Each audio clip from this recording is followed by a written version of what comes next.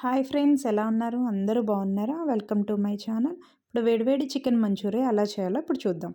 ముందుగా ఒక half KG chicken తీసుకొని దాంట్లో పసుపు, ఉప్పు, కారం, పొడి మసాలా, ఒక ఎగ్గు, అలానే 2 స్పూన్స్ కార్న్ ఫ్లోరు, 2 స్పూన్స్ మైదా పిండి వేసి బాగా మిక్స్ చేసి ఒక హాఫ్ అన్ అవర్ పాటు పక్కన పెట్టేయాలి.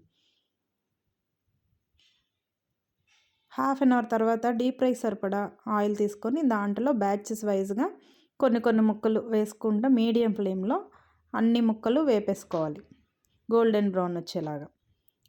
ఆ వేపేసి పక్కన పెట్టేసుకొని తర్వాత ఇనుప బాండి తీసుకొని దాంట్లో మంచూరియాకి కావాల్సిన ఐటమ్స్ అన్నీ కోసి పక్కన పెట్టేసుకొని దాంట్లో ఫస్ట్గా వెల్లుల్లి చిన్న చిన్న ముక్కలు కోసుకొని, అల్లం, అలానే ఉల్లిపాయలు, క్యాప్సికమ్ అన్నీ వేసి బాగా వేపేసి దాంట్లో 1 స్పూన్ టమాటా sauce, 1 spoon chilli sauce, 1 spoon soya sauce, అలానే షెజ్వాన్ చట్నీ 1 స్పూన్ వేసి బాగా మిక్స్ చేసేసి ఒక చిన్న గిన్నెలో ఒక 2 స్పూన్స్ కార్న్ ఫ్లోరు కొంచెం వాటర్ వేసి మిక్స్ చేసుకోవాలి. ఈ మిక్సింగ్ కూడా అందులో వేసేసి బాగా కలిపేసి కొంచెం వాటర్ వేసి బాగా కలిపి చికెన్ కూడా అందులో వేసేసి బాగా కలపాలి. ఈ ప్రాసెస్ అంతా పెద్ద మంట మీద జరగాలి.